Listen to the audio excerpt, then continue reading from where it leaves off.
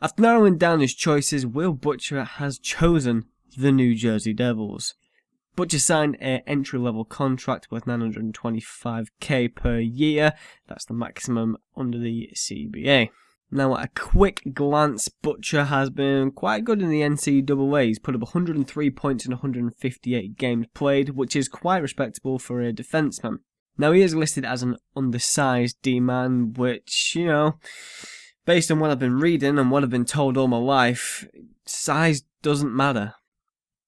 Butcher describes himself to be a quick thinker with a good ability to move the puck up, especially up the ice, which is something that the Devils are definitely going to need going forward, especially when you look at the way that the NHL is going, especially with the two-line passes, defensemen just throwing it up the ice to the forwards.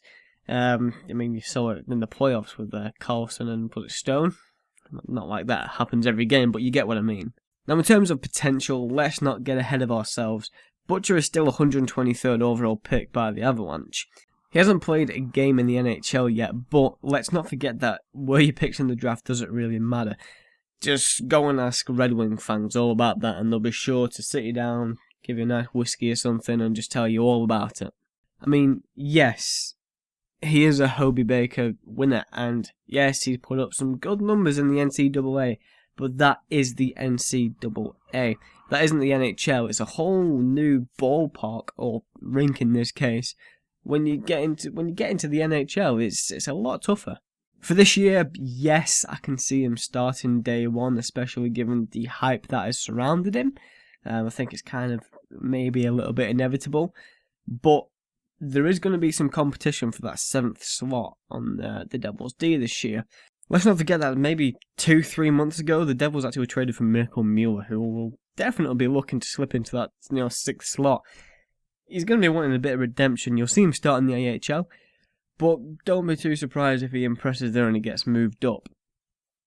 And for what it's worth, we still have Dalton Prout under contract, so he'll probably still want to be, in the NHL. I do hope that Butcher is worth the hype.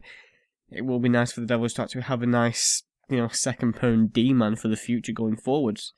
But what I don't want to happen is we've signed Butcher to this contract, albeit, an entry-level contract. We can send him down whenever we want. But I don't want him to be the byproduct of a slow off-season for the media.